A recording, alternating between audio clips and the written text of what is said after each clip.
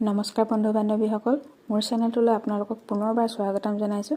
আজিৰ এই ভিডিঅ'টোত অইল ইণ্ডিয়া লিমিটেডে মুকলি কৰি দিয়া নতুন এডভাৰটাইজমেণ্ট দুখনৰ বিষয়ে আলোচনা কৰিম, য'ত নেকি কেইবাটাও বিভাগত প্ৰায় 40টাতকৈও অধিক পোষ্ট ওলাইছে।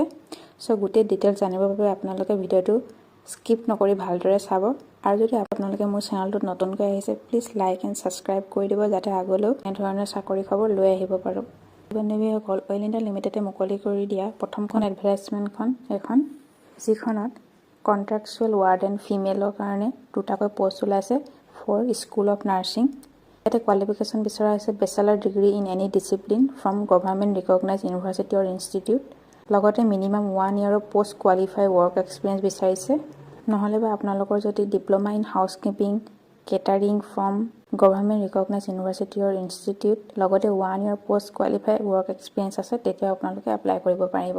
ইয়াতে এজ লিমিট মিনিমাম 28 ইয়াৰ্ছ দিয়া হৈছে এণ্ড মেক্সিমাম এজ লিমিট দিয়া হৈছে for general 50 years, for OBC 53 years, for SC ST 55 years. ইয়াতে যিটো ফিক্স চেলাৰী দিয়া হ'ব, সেইটো হৈছে 19,500 ৰুপিজ। ইয়াতে দিয়া আছে পিৰিয়ড অফ কণ্ট্ৰেকচুৱেল এংগেজমেণ্টৰ কথা, য'ত নেকি এই কণ্ট্ৰেক্টটো 6 মান্থৰ হ'ব আৰু এইটো পাছত এক্সটেণ্ড হ'ব পাৰে 2 ইয়াৰ্ছলৈকে এজ পাৰ ৰিকুৱাৰমেণ্ট। ইয়াতে চিলেকশ্যন প্ৰচিডিউৰটো দিয়া হৈছে, য'ত ৱাকিং ইণ্টাৰভিউ হ'ব, লগতে স্কিল টেষ্ট লোৱা হ'ব। আৰু এইটো ৱাকিং ইণ্টাৰভিউ ডেট হৈছে 27 জানুৱাৰী। আপোনালোকে ইণ্টাৰভিউ দিবলৈ কাৰণে আপোনালোকে ৰেজিষ্ট্ৰেশ্যন কৰাব লাগিব, যিটো ছেইম ডে মৰ্ণিং 7 AM পৰা 9 AM ভিতৰত কৰাব লাগিব। ভেন্যুটো দিয়া হৈছে oil hospital, oil India limited, Duliajan, Assam. Second পেজত আপোনালোকে ৱাকিং ইণ্টাৰভিউ দিব গ'লে কি ডকুমেণ্ট নিব লাগিব তাৰ বিষয়ে দিয়া আছে। সেইখিনি আপোনালোকে পঢ়ি চাব। মই ভিডিঅ'ৰ ডেছক্ৰিপশ্যন বক্সতে ইয়াৰ অফিচিয়েল লিংকটো দি দিম, আপোনালোকে তাতে গৈ পঢ়ি চাব। অইল ইণ্ডিয়া লিমিটেডে মুকলি কৰি দিয়া ছেকেণ্ডখন এডভাৰটাইজমেণ্টখন এইখন, য'ত নেকি টোটেল 39টা পোষ্ট মুকলি হৈছে।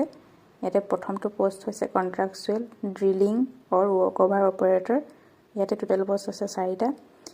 ইয়াতে কোৱালিফিকেশ্যন বিচৰা হৈছে আপোনালোকৰ 10 pass from government recognise educational board, লগতে ট্ৰেইন চাৰ্টিফিকেট বিচাৰিছে in diesel mechanic, fitter, electrician, turner, machinist trade from government recognise institute, আৰু লগতে মিনিমাম 5 ইয়াৰ্ছৰ পষ্ট কোৱালিফাই ৱৰ্ক এক্সপিৰিয়েঞ্চ বিচৰা হৈছে।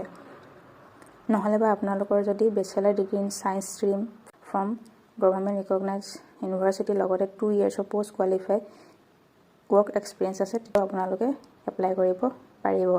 নহ'লে বা আপোনালোকে যদি 10 পাছ লগতে 3 ইয়াৰ্ছৰ ডিপ্ল'মা ইন ইঞ্জিনিয়াৰিং লগতে 2 ইয়াৰ্ছৰ পষ্ট কোৱালিফাই ৱৰ্ক এক্সপিৰিয়েঞ্চ আছে, তেতিয়াও আপোনালোকে ইণ্টাৰভিউৰ কাৰণে যাব পাৰিব। ইয়াতে যিটো মিনিমাম এজ দিয়া আছে 18 years and for maximum years for general 45 years, for OBC 48 years, for ST 50 ইয়াৰ্ছলৈকে দিয়া হৈছে। ইয়াতে যিটো ফিক্স চেলাৰী হ'ব 19,500 ৰুপিজ হ'ব। ছেকেণ্ডটো পোষ্ট হৈছে contractual drilling or work over mechanic. ইয়াতে কোৱালিফিকেশ্যন বিচৰা হৈছে ক্লাছ 10 লগতে 3 ইয়াৰ্ছৰ diploma in mechanical engineering or automobile engineering from government recognise polytechnic, লগতে 2 ইয়াৰ্ছৰ পষ্ট কোৱালিফাই ৱৰ্ক এক্সপিৰিয়েঞ্চ বিচৰা হৈছে। ইয়াতে মিনিমাম 18 ইয়াৰ্ছ আৰু maximum for general 40 years, for OBC 43 years and for ST 45 years দিয়া হৈছে। ইয়াতে ফিক্স চেলাৰী দিয়া হ'ব 19,500 ৰুপিজ। দিয়া আছে কণ্ট্ৰেকচুৱেল ড্ৰিলিং আৰু ৱৰ্ক অভাৰ এছিষ্টেণ্ট অপাৰেটৰ। ইয়াতে টোটেল পোষ্ট 21টা আছে। ইয়াতে কোৱালিফিকেশ্যন বিচৰা হৈছে 10 পাছ লগতে train certificate in diesel mechanic, fitter, electrician, turner, machinist trade from government recognise institute, লগতে 2 ইয়াৰ্ছৰ পষ্ট কোৱালিফাই ৱৰ্ক এক্সপিৰিয়েঞ্চ বিচৰা হৈছে। এজ লিমিট দিয়া হৈছে minimum 18 and maximum for general 40, OBC 43 years, for SC ST 45 ইয়াৰ্ছলৈকে। ইয়াতে fix salary দিয়া হ'ব 16,640 ৰুপিজকৈ। 4 নম্বৰতে কৈ আছে কণ্ট্ৰেকচুৱেল ডিলিং আৰু ৱৰ্ক অভাৰ এছিষ্টেণ্ট মেকানিক। ইয়াত টোটেল পোষ্ট 10টা ওলাইছে। কোৱালিফিকেশ্যন বিচৰা হৈছে 10 পাছ লগতে train certificate in diesel mechanic train from government recognise institute, লগতে 2 ইয়াৰ্ছৰ post qualify relevant work experience বিচৰা হৈছে। Age limit minimum 18 years, maximum for general 40, for OBC 43 years, for ST SC 45 years. ইয়াতে fix salary দিয়া হ'ব 16,640 ৰুপিজকৈ। Category wise reservation ৰখা হৈছে। 1 number post contractual drilling আৰু ৱৰ্ক অভাৰ অপাৰেটৰ কাৰণে, আনৰিজাৰ্ভৰ কাৰণে 2টা, ST কাৰণে 1টা, আৰু OBCৰ কাৰণে এটা। সেকেন্ডটো কন্ট্ৰাকচুৱেল ড্ৰিলিং ৱৰ্কঅভাৰ মেকানিক, আনৰিজাৰ্ভৰ কাৰণে 2টা, STৰ কাৰণে এটা, OBCৰ কাৰণে এটা ওলাইছে। আৰু কন্ট্ৰাকচুৱেল ড্ৰিলিং ৱৰ্কঅভাৰ এছিষ্টেণ্ট অপাৰেটৰ, আনৰিজাৰ্ভৰ কাৰণে 9টা, SCৰ কাৰণে 2টা, STৰ কাৰণে 2টা, OBCৰ কাৰণে 6টা আৰু EWSৰ কাৰণে 2টা ওলাইছে। আৰু শেষৰটো কন্ট্ৰাকচুৱেল ড্ৰিলিং ৱৰ্কঅভাৰ এছিষ্টেণ্ট মেকানিক, ইয়াতে আনৰিজাৰ্ভৰ কাৰণে 4টা, SCৰ কাৰণে এটা, STৰ কাৰণে 2টা, OBCৰ কাৰণে 2টা এণ্ড EWSৰ কাৰণে এটা ওলাইছে। ইয়াতে পিৰিয়ড অফ কন্ট্ৰাকচুৱেল এংগেজমেণ্টৰ কথা লিখা আছে। এইটো টোটেল 6 মান্থৰ কন্ট্ৰাক্ট বেচিছত হ'ব। ইয়াতে চিলেকশ্যন প্ৰচিডিউৰ দিয়া হৈছে।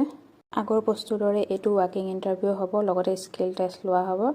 কন্ট্ৰাকচুৱেল ড্ৰিলিং অৰ ৱৰ্কঅভাৰ অপাৰেটৰ ৱাকিং ইণ্টাৰভিউ হ'ব 30 জানুৱাৰী 2023।